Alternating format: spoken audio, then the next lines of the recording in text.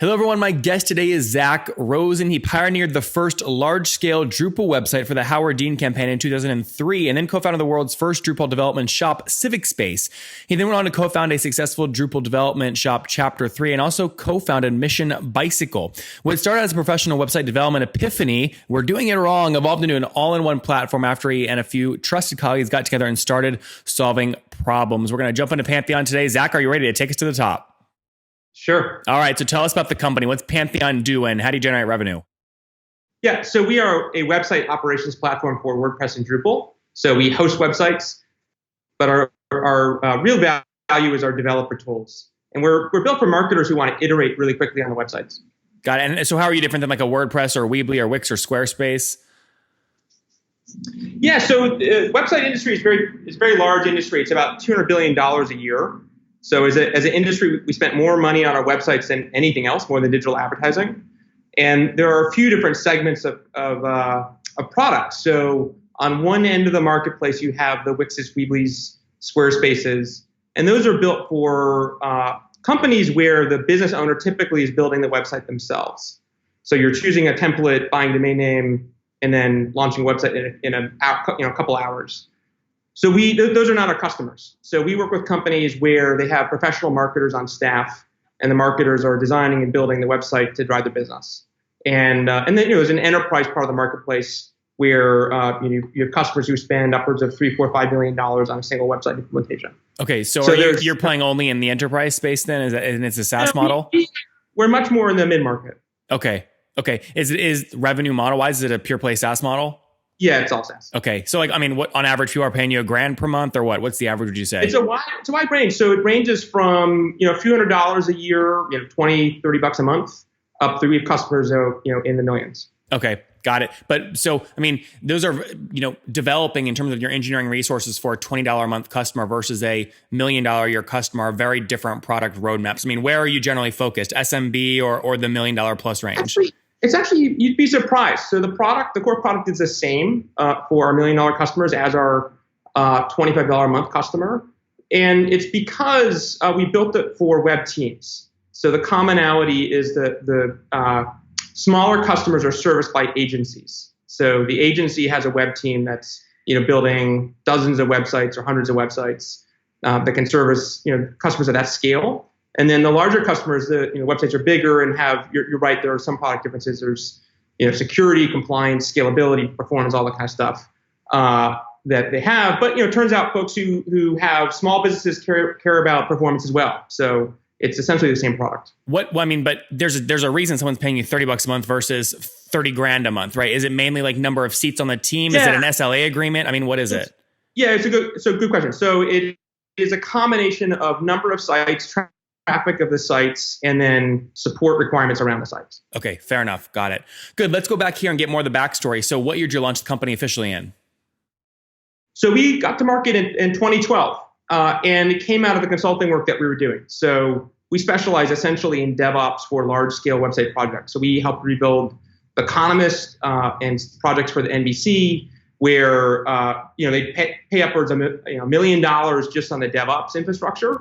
And we did that all by hand. We give it back to the IT teams at the end of it. And typically the customers really did not have the skill sets internally to manage the infrastructure themselves. IT teams typically, they have the skill sets to manage servers and SLAs around them. But when you get in the world of website DevOps, you CDNs, caching, APM, the whole LAMP stack. And then you have dev environments, test environments, deployment systems, caching systems. It's a very long kind of spew of technologies that you have to master.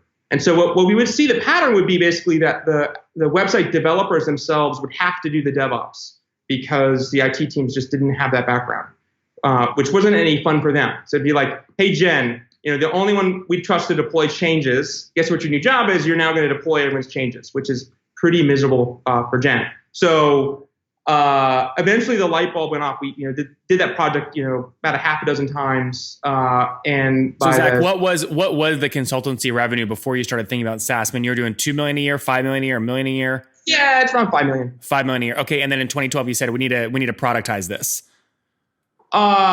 Yes. A little before that, we need to productize this and turn it into a SaaS service. And so we incubated it inside the web agency for a little bit and then took it from there.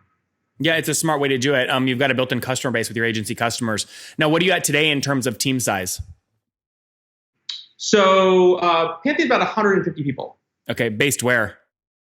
Many of us are in San Francisco, but we have to be global. So we have we have a couple offices around the world, and we have folks in essentially every continent. You're in San Fran though.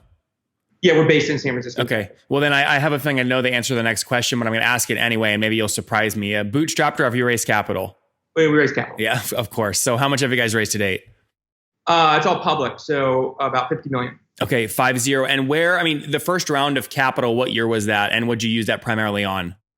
So that was back in 2011. I think we closed our seed round. And it was invested mostly in the product. It took us a while to get to market. It took us a couple of years because from the get-go, we knew we didn't want to be constrained with the typical kind of problems that hosting companies run into. So the way most of our competitors do this is they put you on basically a VM. And then if you get more traffic on a virtual machine. Yep. And then, but if you want to iterate on your website, develop on it, you want to have, a different dev environment. So then they would have to spin up a second VM. And then when you actually deploy the website in the live environment, and deal with, lots of traffic, you probably want to cluster with high availability. And then you end up with basically the spew, of servers. And so you end up running, if you're running at our scale, in the tens of thousands of servers you'd have to manage. Mm-hmm. And then scaling between them is very complicated. They're all a little bespoke, so it's hard to manage them at scale. So we knew we wanted something an order of magnitude more efficient, and so we took the time to build what we saw as kind of the right way of doing it, which is to do it all on a containerized platform. So we're the only ones who have a multi-tenant operations platform for Drupal and WordPress, where we can scale you really smoothly in containers from a tiny website that pays in the $20 a month range to very, very large websites that get many millions of visitors. And the other piece of it is we knew we wanted to work with. So we think that the way actually most marketers build a website is completely wrong. The way most websites get built is you have essentially a website relaunch project where you don't like your current website, so you go in and hire the marketer goes and hires an agency to do a big rebrand. Or to redo all the messaging and information architecture. The design phase on those projects is typically like 3 to 6 months, and then you have to develop, which might be another 6 months of time or a year of time. And by the time you launch the website, for most large organizations, you're a year or 2 years into it. And then when marketers launch a website and they think it feels the website they launched feels outdated already, and that's because you designed it 2 years ago. And then for most companies, the killer is that the website just sits there. And you maybe got 60% of the things right in the website relaunch before you ran out of budget, but the 40% that's wrong kind of stares you in the face for months and months and months. And then people get really angsty about it and then kind of repeat the process. Yeah. So Zach, let's get, just because we're running short on time here. So you built the product, 2011 to a seed round. You're building your engineering. When was your first customer contract closed? Was it 2012 or 2013 or? I'm in 2012. It was 2012. And was that customer one of your agency customers as well? No. It wasn't? Yeah. So how'd you get them? Well, we were very plugged into the ecosystem. And so we did a lot of customer development back in the day. So back then, we, just interviewing folks who we knew, basically people from the Drupal ecosystem, who we knew were running DevOps problems. We interview them and then we'd say, hey, if we had a service that existed, theoretically, would you be interested? And if they said yes, then 3 months later, we'd ask them to actually start paying. Yeah, makes good sense. Now, what have you scaled to today in terms of total customers? Oh, we're in the tens of thousands of customers. Okay, and just to be clear, that's customers, not like free users. Yes. Okay. Yeah. Now, obviously, a key thing with SaaS companies is churn. So what's your churn today and how do you manage it? We've been lucky that our customer base actually grows on its own. And it's because we sell to customers where they're building many websites. So a lot of the times that's agencies or it's enterprises. Yeah, well, so Zach, that didn't answer my question. So churn-wise, what's your churn? Like you're saying no customers ever left you. Oh, we're not going to disclose that. Okay. Why don't you talk about churn? It's obviously critical in any SaaS business. Yeah, we're just going to talk about our private metrics. For what? I just don't want to talk about private metrics. So okay. What instead of talking about whatever you're currently at, tell me more about how you think about churn in general at a high level. Yeah. Yeah. So, I mean, we have a very low gross churn rate, and it's because we work really hard to make the product work for customers, and we put a lot of energy into that. So, enterprise customers, we have a dedicated team that makes sure that they're going to be successful on the platform. And then for our agency partners, we put a lot of energy in basically training them and becoming their default platform for website operations. So once that happens, it's we're quite sticky. And then the other side of it is that it's also very expansionary because agencies will grow with us, enterprises will grow with us, they'll be with us for many years. And as enterprises are all, essentially always launching new websites, and we'll get that business. You have some good historical data, 4 or 5+ years. I mean, on average, and this is very back of the napkin, but on average, what do you assume these customers are worth to you over their life? Generally north of what? Well, it's a very large range. So some of the customers, it's in the low thousands, and some it's in the millions. Yep. For the folks that are the SMB, kind of the low, I imagine no touch sales, what is the thing you have to get them to do in the first week to make sure they stay sticky for a long period of time? Yeah, so a lot of them are from agencies. So the key for them is actually learning the product. So and training them on the product. Wait, Zach, sorry, just to understand, you'll have agencies spending their time, energy, and effort to sign up a $30 a month customer? Yeah, and we're happy to help them do that because why would they do that though? There's not much money as a kickback or anything. No, so the agencies use us because of the service. So they really want the software product itself. So essentially, have you run an agency, or have you kind of worked with agencies? Well, yeah, we've interviewed about almost 1,500 B2B SaaS founders. A lot of them come out of an agency and then they build the SaaS product. But I mean, agency, typically when there's a business model where it's a reseller program, like HubSpot's probably a famous example. We just had Brian on. The price point is high enough where the agency can get a kickback, so they're incentivized to do it. I don't see how you have that incentive structure with a $30 a month price point. So we do have some of those incentives, but it's not the reason most agencies work with us. So the agencies work with us because, so imagine you're an agency and you have to build a lot of websites for different customers. If you don't use Pantheon, what you have to do is set up your own website operations. So you have to make sure every developer has a developer sandbox to make sure that they can deploy changes to live websites safely without breaking things. You have to make sure the websites are online and traditionally, what that means is basically your tech lead, so the most senior developer, has to actually go in and build all these services yourself. So you're stitching together like GitHub and DigitalOcean and New Relic, and you can't bill for that time. It's very frustrating, and your clients don't care. Your clients don't care like how you tune Nginx or what your deployment system is, but you have to do it because you have to actually serve your clients. You don't have one client; you have dozens of clients. So what we do for those agencies is we replace all of that with a free service.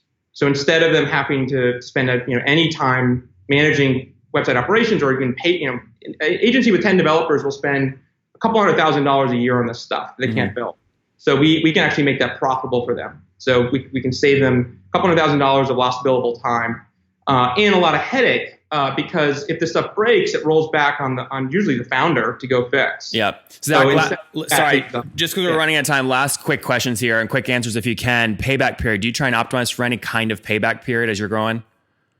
Yeah, well, again, it's a wide range of customers. So, if they're worth millions, we're fine. You can absorb a large CAC, and we work within the typical SaaS constraints depending on the size. Well, just to be clear, it doesn't matter if it's a small $30 a month customer or a $10 million a month customer, because the payback, you're willing to spend more or less depending on the size. So it's actually a ratio. So do you try and stay below 6 months or 12 months? How quick do you like to get your money back? Well, it also depends how expansionary it is. So, we're not incredibly focused on juicing our payback right now because we know if we can get an agency or an enterprise on board, it's going to be very expansionary over time. I mean, we do care about it. We optimize, marketing channels and sales methods and all these kinds of things. We want to stay within constraints, but it's not like an overriding focus. Can you give me a general range? Is that going 12 to 24 months? Is that fair? That's a private number. Okay. Well, why? Tell me. I mean, many people are going to listen to this and go, "Of course he can do that. He's raised $50 million. He can afford to bleed cash." That's what they'll think when they hear you say that. Okay. So, are you bleeding cash? So we burn cash. Yeah. I mean, we raise money to grow the company. Yeah, that's what I want to try and get a sense of. When we have folks on that have raised $100 million, $80 million, it's very valuable to try and understand how they think about burn. So if you don't talk about payback, it's hard to kind of get in your head and understand how you think about burn. Okay. Yeah, so I mean, we're focused on building a very large, profitable business over time. The issue in our marketplace, as is true in many marketplaces, is it's a $200 billion a year market. And there are 7 or 8 companies who are well north of 100 million run rate. So for us to achieve what we want to do, which is to build a large independent platform, we're going to have to grow pretty quickly. And so we're going to sacrifice CAC cost and payback cost to a certain extent, certainly more than a bootstrap company would to achieve growth. Yeah, Zach, by the way, that's valuable. I mean, I'm not saying this as a knock. I'm saying you have the ability, you've created growth, you have a great story, you have a great team that enabled you to raise the capital, a great valuation, and you can afford to wait 24 months to get paid back on that CAC. That's an asset. I'm just curious how aggressive or not aggressive you like to get. But I think we've talked about that enough. So yeah, we're well within the kind of typical SaaS constraints. I mean, if you look at the public market numbers, they kind of set the guidelines. Yeah.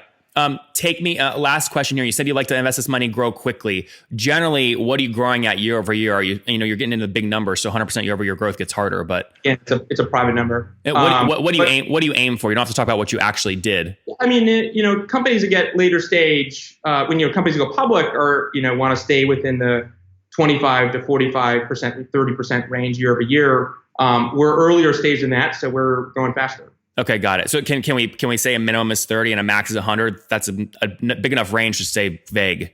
It's a pretty big range, yeah. Yeah. Okay. Good. All right. And then look, I mean, you gave me minimums earlier, 10,000 customers, and you have your smallest one's paying $30 a month. You're doing definitely well north of 300 grand per month at this point, correct? Oh yeah. Okay. Good. All right. Let's wrap up here with the famous 5. Number 1, what is the last business book that you read? Oh man. I'll try to give a good recommendation.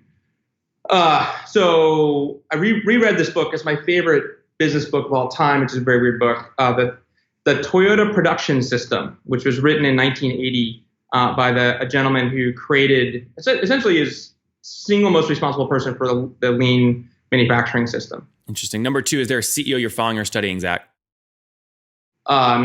Yes, many. I'm trying to give you a useful answer. So, yeah, one company I admire a lot because I know that we know them pretty well. We share the same first and main investor. Founder group is SendGrid.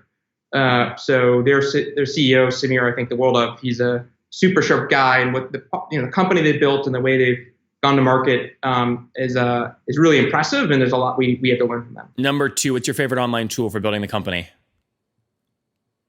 Online tool, man. I use Dropbox Paper a lot. It's pretty fun. Okay, number 3, how many hours of sleep are you getting every night? Depending on the night. I have a 2-year-old. 6 to 8 hours. 6 to, okay, not bad. And now just one kiddo or more? Just one. Okay, and what's your situation? Married, single? I'm married. All right, and how old are you, Zach? I'm 34. All right, last question. What do you wish your 20-year-old self knew? That's a good question. Yeah, I think what I've come to appreciate the most over the past decade, especially in the venture tech world, and if you have a lot of listeners who are bootstrapping their companies, I have a ton of admiration for that. I mean, the first 3 companies I built were all bootstrapped. But the thing about the venture tech world, which is kind of the secret sauce, is it really functions mostly on a mentorship model, which you don't appreciate from the outside. So I would tell my 20-year-old self to invest more in surrounding myself with people who have been there, done that, and can teach me, because they're definitely out there. They're happy to grab coffee and tell you all their secrets if you ask them nicely. There you guys have it from Zach. Invest in the Mentor Network earlier on. It's a little secret in the venture tech space. After doing a lot of consulting work, having a lot of success with his agency, growing it to about $5 million in revenue, 2012 started early prototyping on Pantheon. Launched it now today, has raised over $50 million, has 150 folks in San Francisco and other remote locations. Again, helping folks scale what they're doing on their websites faster, more aggressively, and more efficiently. It's obviously a huge market. They've got tens of thousands of customers, so a minimum statement would be definitely north of 10,000. They've got customers paying a minimum of 30 all the way up to millions of bucks in terms of annual contract values and $30 a month. So you can just multiply $30 times 10 grand and say they're definitely north. And I think probably well north of 300 grand per month in revenue with very low gross churn. Zach, thank you so much for taking us to the top. Thank you.